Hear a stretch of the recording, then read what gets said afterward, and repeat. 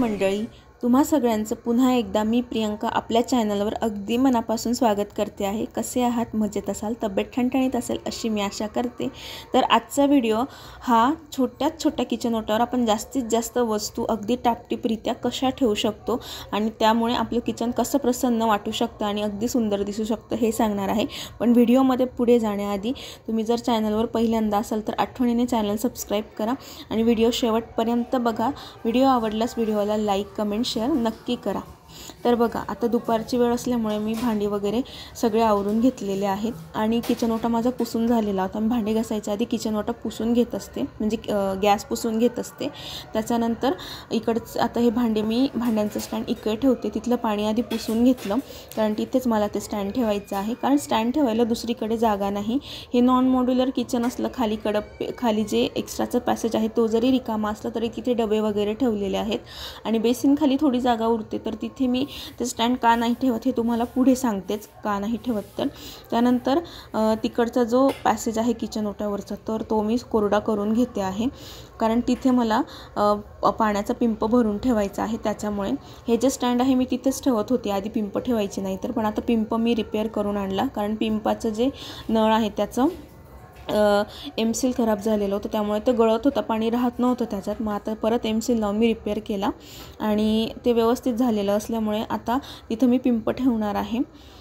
या पिंप ठेवण्यामागचा हा उद्देश आहे इथं की वॉटर फिल्टरला फक्त माझा आणि यांचा हात पुरतो, निधीचा हात पुरत नाही, म्हणून मग पाणी भरून ठेवायला लागतं एका भांड्यामध्ये। आता हिवाळा असल्यामुळे पिंपात भरते आहे, उन्हाळा लागला की इथं माठ असेल।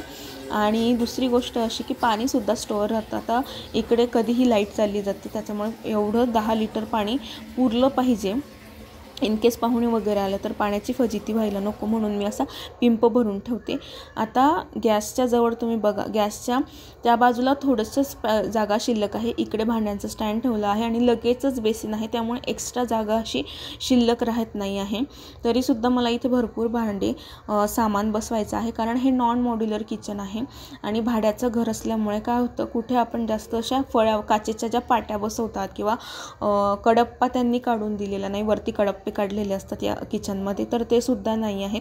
त्यामुळे मग काय होऊन जातं, बरण्या वगैरे ठेवता येत नाही, म्हणून आता मला ह्या ज्या डाळी भरलेल्या बरण्या आहेत त्या मी खाली ठेवू शकत नाही, कारण खाली डबे ठेवलेले आहेत। म्हणून ही जी रॅक आहे ना ती मी 1-2 वर्षापूर्वी घेतली होती, असंच किचन ओटावर एक्स्ट्रा साखरेचे डबे, तेलाची बरणी हे ठेवण्यासाठी। पण मग इथे आल्यानंतर मला प्रश्न पडला मी ह्या बरण्या कुठे ठेवणार, म्हणून मग मी काय केलं, या किचनच्या हिशोबाने ही जी रॅक आहे छोटी ती म्हटलं आपण ठेवावी, तर ह्या बरण्या याच्यावर ठेवाव्या असं मला वाटलं, म्हणून मग तिथे मी 2 ड्रिल केलेत, कारण तेवढीच जागा तिथं शिल्लक आहे, म्हणून तर ड्रिल करून घेतले आणि ह्या बरण्या बसतील असं ते स्टँड व्यवस्थित असं लावून घेतलेलं आहे। ते सुद्धा मी आता पुसून घेते। आता तुम्ही म्हणाल पुसपास का पण दाखवते आहे का, तर तसं नाही। कसं असतं ताईंनो, आता बघा माझी खिडकी ज्या बाजूने आहे तिथून सतत धूळ येत असते, कारण आमच्या घराच्या आजूबाजूला पूर्ण मोकळं आहे, असं घरं वगैरे नाही आणि इकडे डांबरी रस्ते नाही आहेत, कच्चे रस्ते आहेत, त्याच्यामुळे गाड्या वगैरे आल्या किंवा हवा आली तर धूळ येत असते। त्यामुळे मग कसं दर 2-3 दिवसांनी हे सगळं पुसून घ्यावं लागतं मला। फ्रीज म्हणा किंवा खिडकीवर जो सामान ठेवलेला आहे तो म्हणा, रॅकमधले भांडे म्हणा, आता 2 दिवसांनी तर मी सगळं धुवायला नाही काढू शकत, म्हणून वरच्यावर मी हे सगळं पुसपास करत असते, जेणेकरून आपल्या डोळ्यांना पण स्वच्छ दिसलं पाहिजे। आणि अचानकमध्ये जर पाहुणे आलेत तर तेव्हासुद्धा ते असं अरे स्वच्छताच नाही आहे, आपण हे आवरून घ्यायला पाहिजे, तर असं आपल्या मनाला वाटायला नको, म्हणून मी वरच्यावर हे सगळं पुसपास करून घेत असते। आता जो खिडकीची जी पट्टी आहे ती रिकामी ठेवू शकत होती, पण मग कसं ते खाली वाटलं असतं। आता किचनमध्ये आपल्याला फक्त सामानच नाही तर आपला जीवसुद्धा ओतायचा असतो, म्हणजे की जिवंतपणा वाटलं पाहिजे, कारण तिथे अन्नपूर्णा माता वास करते, अग्निदेवता वास करत असतात, त्याच्यामुळे प्रसन्न वाटलं पाहिजे, म्हणून मी अशा काही डेकोरेटिव्ह वस्तू ठेवल्या आहेत ज्या किचनशी रिलेटेड आहेत, जसं की चूल ठेवलेलं आहे, जातं ठेवलेलं आहे, हे लहान मुलींच्या खेळायचं असतं, ते मी कुंभाराकडनं आणलेलं होतं आणि तेच मी म्हणजे आता हे भाड्याचं किचन आहे तर त्या जिथं जाते तिथे मी हे ठेवतच असते। त्याच्यानंतर एक बॉक्स घेतलेला आहे पृष्ठाचा आणि त्याच्यामध्ये मी हे जे बॉटल आहेत जसं की रूम फ्रेशनर म्हणा, कॉलिनचा स्प्रे म्हणा, झुरळ मारायचा स्प्रे म्हणा, मुंग्या मारायचं खडू म्हणा, ज्या वस्तू किचनमध्ये गरजेच्या आहेतच आणि लगेच हाताला सापडतील अशा ठिकाणी मी ठेवते आहे. आणि तो बॉक्स अगदी व्यवस्थित पेंट करून घेतला म्हणजे पाहताना छान वाटेल आणि अस्तव्यस्त पण दिसणार नाही. एका बॉक्समध्ये आपण एवढ्या सगळ्या वस्तू ठेवू शकतात जेणेकरून टापटीप पण दिसेल आणि पसाराही दिसणार नाही. त्याच्याच शेजारी मी बरणी ठेवलेली आहे तुपाची आणि त्याच्या बाजूला मुखवास बनवला परवा, तर मुखवास ठेवून दिलेला आहे. फ्रीजवर ठेवला होता मी आधी मुखवासची बरणी, पण ती चांगली दिसत नव्हती म्हणून मग मी ती खिडकीच्याच पट्टीवर ठेवून दिली. त्याच्यानंतर मग फ्रीजसुद्धा मी पुसून घेतलं कारण फ्रीज समोरच आहे आणि खिडकी तुम्ही बघू शकतात की लगेचच हवा फ्रीजवर बसते आणि फ्रीजचा कलर असा आहे की लगेचच त्याच्यावर धूळ दिसायला लागते. त्यामुळे दर 2 दिवसांनी फ्रीज मला पुसावंच लागतं आणि त्याच्यावर हल्ली मी आता ही जी काचेची बरणी आहे ती मला काही जास्त वापरात येत नाही म्हणून मग त्याच्यावर मग मी प्लांट ठेवून दिलेला आहे, मनी प्लांट. आणि मला असं वाटतं की किचनमध्ये आपण एक प्लांट ठेवलाच पाहिजे, ओरिजिनल, आर्टिफिशियल नाही. तुमची इच्छा पण ओरिजिनल जास्त छान वाटतो आणि त्याची तेवढी काळजी पण घेतली पाहिजे. दर 8 दिवसांनी पाणी बदलवलं पाहिजे आणि कटिंग केली पाहिजे कारण आपण जास्त वाढ होऊ नाही देऊ शकत. आणि इंडोअरच प्लांट तुम्ही ठेवू शकतात किचनमध्ये, असं कोणतंही प्लांट ठेवायचं नाही ज्याची खूप वाढ होईल किंवा ज्याला सतत सूर्यप्रकाश लागेल, मोकळी हवा लागेल. आता मनी प्लांट कसं आहे पाण्यातही वाढतो चांगल्यापैकी. मी याची 15 दिवसांनी म्हणा 20 दिवसांनी म्हणा कटिंग करत असते. आणि दुसरीकडे सुद्धा मी ठेवलेला आहे किचनमध्ये वॉल हँगिंगवर मनी प्लांट. त्याच्यानंतर रॅक लावून झाली, फ्रीज पुसून झालं, खिडकीचा कडप्पा पुसून झाला. आता गॅसच्या जवळचा जो कॉर्नर आहे, पॅसेज आहे तिकडचा कोपऱ्यातला नळीच्या जवळचा, तो थोडासा रिकामा राहतो तर तिथे मी भरपूर वस्तू ठेवू शकते. कारण आता नॉन मॉड्युलर किचन असल्यामुळे साखरेची बरणीसुद्धा व्यवस्थित ठेवणं गरजेचं आहे. साखर, चहा, कडप्पा नाही आहे या किचनला, त्याच्यामुळे मी हे स्टँड घेतलं आणि याच्यावर भरपूर असं सामान बसून जातं जसं की चमचे वगैरे झाले, माझा मसाल्याचा डबा झाला, पोळपाट वगैरे झालं, हे सगळं मी व्यवस्थित त्याच्यावर ठेवते. साखरेचे डबे नाही ठेवत, साखरेचे डबे मी दुसरीकडे ठेवते.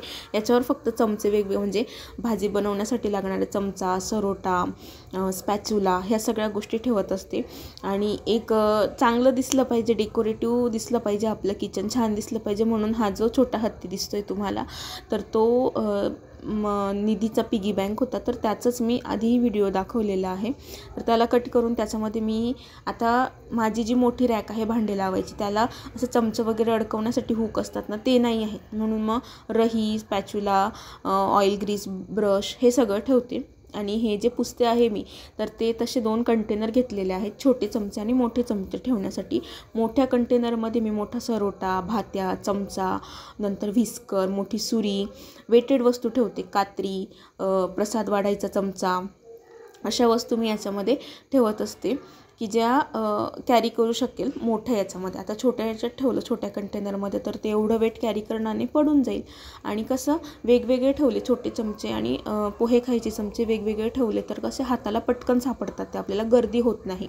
तर व्यवस्थित या ठिकाणी मी ते दोघं वेगळे वेगळे ठेवून घेते म्हणजे पटकन सापडायला पाहिजेत म्हणून. आणि हे जे कंटेनर आहेत ते वॉशेबलसुद्धा आहेत, लगेच वॉश होऊन जातात. तर या पद्धतीने आपण बघा एवढे चमचंसुद्धा वेगवेगळ्या याच्यात ठेवू शकतो. आता वरच्या रॅकमध्ये ती जी रॅक आहे काउंटरवरची त्या रॅकवर एवढं 3 वस्तू मी वरच्या याच्यावर ठेवते आहे, वरच्या कप्प्यावर. आणि छोट्या याच्यामध्ये मी जी बारीक सुरी असते ती पण ठेवलेली आहे कारण 2-3 सुऱ्या आहेत, तर ज्या जड सुऱ्या आहेत त्या मोठ्या याच्यात ठेवल्या आणि ज्या बारीक सुऱ्या आहे, बारीक पिलर आहे तर ते मी छोट्या कंटेनरमध्ये ठेवलेलं आहे. त्याच्यानंतर छान दिसलं पाहिजे, प्रसन्न दिसलं पाहिजे म्हणून एका काचेच्या बरणीमध्ये टी लाईट लावलेला आहे छोटासा, म्हणजे पाहताना एकदम छान वाटावं म्हणून. त्याच्यानंतर जो मधला आपला हे असतो कप्पा तर तिथे मी मसाल्याचा डबा ठेवलेला आहे. ऑप्शनल आहे, पोळीचा डबासुद्धा ठेवू शकतो पण आता थंडीचे दिवस आहे म्हणून पोळी तिथे ठेवली तर चांगली राहील, पण नंतर फ्रीजमध्येच ठेवायला लागेल, उन्हाळा लागायला लागला की, म्हणून मग म्हटलं नको आपण मसाल्याचाच डबा ठेवावा कारण तो पण सकाळ संध्याकाळ दोघं टाईम आपल्याला लागतच असतं कारण त्यात जिरं असतं, हळद, तिखट मसाले वगैरे असतात त्याच्यामुळे. आणि पोळपाट ठेवता इकडची रॅक पडून गेली ॲक्च्युली, त्याचा खिळा लूज झालेला होता तर तुम्ही फिट केला आणि व्यवस्थित परत ते सगळं लावून घेतलं आणि ठेवलं परत कारण तो लूज झालेला होता त्याच्यामुळे. त्यानंतर आता साखर चहाची बरणी, त्याच्यानंतर तेलाची बरणी राहिलेली आहे. तर हा ट्रे आहे बाजारातनं स्वस्तात मस्त ट्रे मला मिळाला 20 रुपयाचा. तर मी हा ट्रे आणला आणि व्यवस्थित त्यालाही पुसून घेते आहे. त्याची साफसफाई होणं गरजेचं असतं. आता हा जो ट्रे आहे ना तो अगदी कमी जागा व्यापतो. तर या ट्रेमध्ये ना मी सगळ्यात आधी एक पृष्ठाचा तुकडा ठेवते आहे. तो का? कारण त्याच्यावर मी ठेवणार आहे तेलाची बरणी. जर तुम्हाला तेल आणि तुपाची बरणी ठेवायची असेल तर त्याच्याखाली तुम्ही पृष्ठाचा तुकडा ठेवायलाच पाहिजे. आता तुपाच्या बरणीखाली मी नाही ठेवला कारण ते तूप थिजलेलं आहे आणि ते चमच्याने काढते तर ते गळत नाही. पण तेल कसं गळून पडतं थोडंसं, कारण ते लिक्विड फॉर्ममध्येच असतं म्हणून. तर त्याच्या खाली बरणीच्या खाली ते लागतं, त्यामुळे बरणी खराब होते आणि जिथे आपण ठेवणार आहोत ती जागासुद्धा खराब होत असते. मग ती खराब व्हायला नको ती जागा, म्हणून मग त्याच्या खाली आपण पृष्ठाचा तुकडा ठेवला पाहिजे. त्याच्यानंतर बरणी ठेवली. बरणीनंतर मी मीठ ठेवलेलं आहे शेजारी.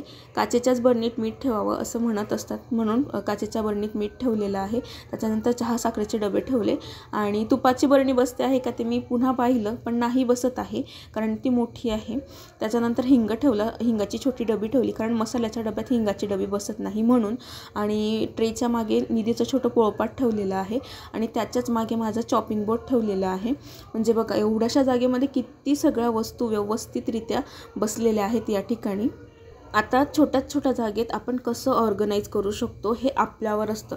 जागा छोटी आहे म्हणून हे नाही ठेवू शकत, ते नाही ठेवू शकत असं म्हणत बसण्यापेक्षा मी अजून चांगल्या पद्धतीने कसं यामध्ये सगळ्या वस्तू अरेंज करू शकते, ठेवू शकते हे मला वाटतं की घरातल्या कर्त्या स्त्रीवर असतं, गृहिणीवर असतं. तर बघा या पद्धतीने सगळ्या किचन ओट्यावर मी व्यवस्थित वस्तू ठेवल्या आणि तुम्ही बघू शकता हे जे वॉल हँगिंग आहे तिथेसुद्धा मी ज्या काचेच्या वाट्या आहेत त्या छोट्या ठेवून दिल्या, कारण ह्या मला लागतातच नैवेद्य वगैरे ठेवण्यासाठी. त्याच्यामुळे मी त्या ठेवल्या आहेत. रॅकमध्ये त्या राहत नाही, पडून जातात आणि फुटल्या तर नुकसानच आहे म्हणून मग म्हटलं नकोच. त्यानंतर इकडे पिंप ठेवलेला आहे आणि सगळं आवरत संध्याकाळ होण्यात आली होती म्हणून मी दिवा देखील लावला. आता किचनमध्ये दिवा का लावतात किचन ओट्यावर, तर मी आधीच सांगितलं की आपल्या किचनमध्ये अन्नपूर्णा माता आणि अग्निदेवतेचा वास असतो. त्याच्यामुळे किचनमध्ये सकाळ संध्याकाळ दिवा लावावा असं म्हटलं जातात. म्हणजे आपले जे थोरले मोठे आहेत ते सांगतात, तर तसं मी अगदी करते. जसं आपण दिवाळीला लावतो ना अगदी तसंच आपण रोज लावलं तर उत्तमच. प्रत्येकाच्या मांडण्यावर असतं ते, तर मी लावत असते. त्याच्यानंतर मी वायपरसुद्धा वरती टांगून दिलेला आहे म्हणजे जेणेकरून खाली तिथं बेसिनजवळ पसारा दिसायला नको. आता बेसिनच्या खाली ही जी जागा आहे तर बघा तिथे जे भांड्यांचं स्टँड आहे ते उभंही बसत नाही कारण पाय पडतो आणि ते बाहेर येतं म्हणजे पायदानवर येऊन जातं, मग येता जाता पायाला लागू शकतं आणि आडवंसुद्धा ते बसत नाही. शेजारचा जो कप्पा आहे तिथे झाडू आणि सुपडी ठेवलेली आहे. स्पेशल तो कप्पा मी फक्त झाडू आणि सुपडीसाठीच ठेवलेला आहे, तिथे काहीच ठेवत नाही. म्हणून जे भांड्यांचं स्टँड आहे ते सगळं आवरून झाल्यानंतर गॅसच्या जवळ असतं त्यामुळे एक्स्ट्रा जागा तिथे उरत नाही, भरलेलं दिसतं पण चांगलं दिसतं. त्याच्यानंतर जो इकडचा कप्पा आहे तर तुम्ही बघू शकता किती सगळ्या वस्तू अगदी व्यवस्थित टापटीपरित्या मी इथे ठेवलेल्या आहेत. शेजारीच तिकडे वरती सुद्धा बघा ते पेंट वगैरे करून व्यवस्थित ठेवलेलं आहे. जर ते बॉक्समध्ये न ठेवता खिडकीवर ठेवलं असतं तर ते सारखं धक्का लागल्यावर पडलंसुद्धा असतं. आता कसं ते बॉक्समध्ये आहे तर ते पडणारसुद्धा नाही. आणि हा ट्रे जो आहे तो चौकोनी शेपमध्ये घ्या तुम्ही जर ट्रे वगैरे ठेवणार असाल किचन ओट्यावर. त्याचं कारण असं की कमी जागा व्यापतं. आयताकृती ट्रे आणि चौकोनी शेपचा ट्रे याच पद्धतीचे ट्रे घ्यायचे. गोल ट्रे जर तुम्ही घ्याल तर ते जागा जास्त व्यापतं आणि ती जागा आपण वापरू शकत नाही गोल ट्रेची. म्हणजे अशी अर्धा चंद्राकृती इकडनं आणि अर्धा चंद्राकृती तिकडनं अशी जागा उरते ती, त्यामुळे ती आपण जास्त काही वापरू शकत नाही. त्यानंतर रॅकमध्ये सुद्धा व्यवस्थित अशा बरण्या ठेवल्या गेलेल्या आहेत आणि फ्रीजच्या मागे मी एक छोटी भांडं ठेवलेलं आहे छोटं मातीचं, त्याच्यात पैसे ठेवलेले आहेत चिल्लर, निधीला लागतं कधीतरी म्हणून. तर हा समोरच दिसतो हा जो कॉर्नर आहे किचन ओट्यावरचा, पण तो सुद्धा भरलेला आहे पण अगदी व्यवस्थितरित्या ठेवल्यामुळे तो उठावदार दिसतो आहे, तुम्ही बघू शकतात. आणि इथून तिथून सुटसुटीत दिसत आहे म्हणजे जसं तुम्ही एंटर कराल ना माझ्या किचनमध्ये तर व्यवस्थित दिसेल तुम्हाला. आतापर्यंत माझ्याकडे जे 1-2 लोक येऊन गेलेले आहेत, कारण मला महिनाच झाला आहे भुसावळमध्ये येऊन, तर ते मला स्वतःहून म्हटले की किचन किती छान ठेवलेलं आहे, तू व्यवस्थित मॅनेज केलेलं आहे. तर या पद्धतीने जर आपण भरपूर सामानासहित अगदी टापटीपरित्या वस्तू ठेवल्यात ना तर आपलं किचन नेहमीच छान दिसेल आणि नेहमी आपल्याला आपल्या किचनमध्ये प्रसन्न वाटेल. म्हणून तुम्हीसुद्धा जरी तुमचा किचन ओटा छोटा असेल ना तर या पद्धतीने वस्तू ऑर्गनाईज करा जेणेकरून व्यवस्थितही दिसेल आणि सगळं सामानही बसेल. आता बघा सगळे लाईट्स वगैरे लावले, म्हणजे टी लाईट, दिवा याच्या उजेडातसुद्धा जे किचन आहे ते अगदी लखलखीत दिसतं आहे.